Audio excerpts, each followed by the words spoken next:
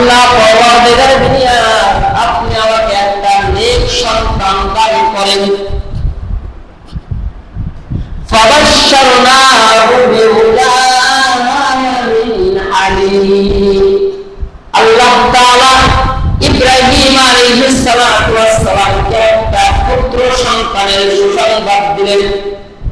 আপনি অনেক দিন থেকে আমার কাছে চান, বৃদ্ধ হয়ে গেছেন, আমি আপনাকে একটা সন্তানের সুসংবাদ দিলাম।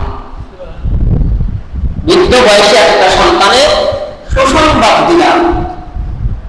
এরপরে অনেকদিন পরে যদি সন্তান হয়, সন্তানের প্রতি মায়া আরো বেশি হয় না? বেশি হয়। আল্লাহ তাআলা ইব্রাহিম আলাইহিস সালাতু ওয়াস সালামকে পরীক্ষা করার জন্য অনেকদিন পরে ওই সন্তানের বাবা একটা পরীক্ষা করলেন।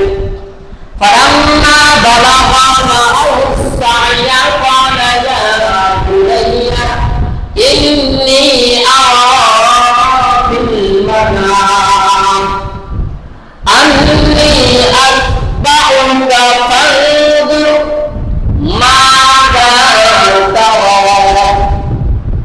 দীর্ঘদিন পরে সন্তান হওয়ার পরে সন্তান যখন বাবার সাথে চলাফেরা করার মতো যোগ্য হয়ে গেছে, একটু বড় হয়ে গেছে, ইব্রাহিম নবী ওই ইসমাঈল আলাইহিস সালাতু ওয়াস সালামকে বলতেছেন, ও আমার প্রিয় বৎস, ইয়া বুনাইয়া, ও আমার প্রিয় ছেলে, ও আমার কলিজার টুকরা। ইয়া বুনাইয়া মানে কলিজার টুকরা, অত্যন্ত আপন মনে করে দেওয়া।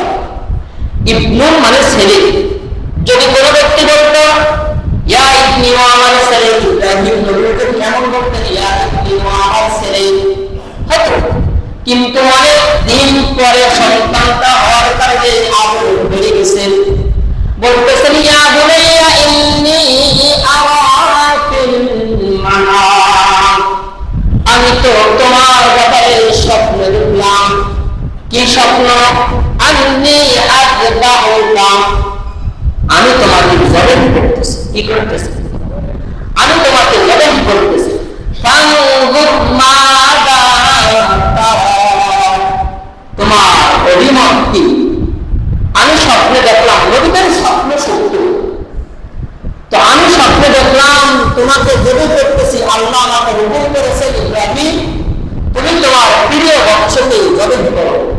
রাওয়ায়াতের ভিতরে পাওয়া যায় উনি একদিন প্রথম দিন একসাথে উট কুরবানি করলেন, দ্বিতীয় দিন একসাথে উট কুরবানি করলেন, তৃতীয় দিন আবার যখন স্বপ্নে দেখতেছেন আপনি আপনার প্রিয় জিনিসটা কুরবানি করুন, ইব্রাহিম নবী বুঝতে পারলেন আমার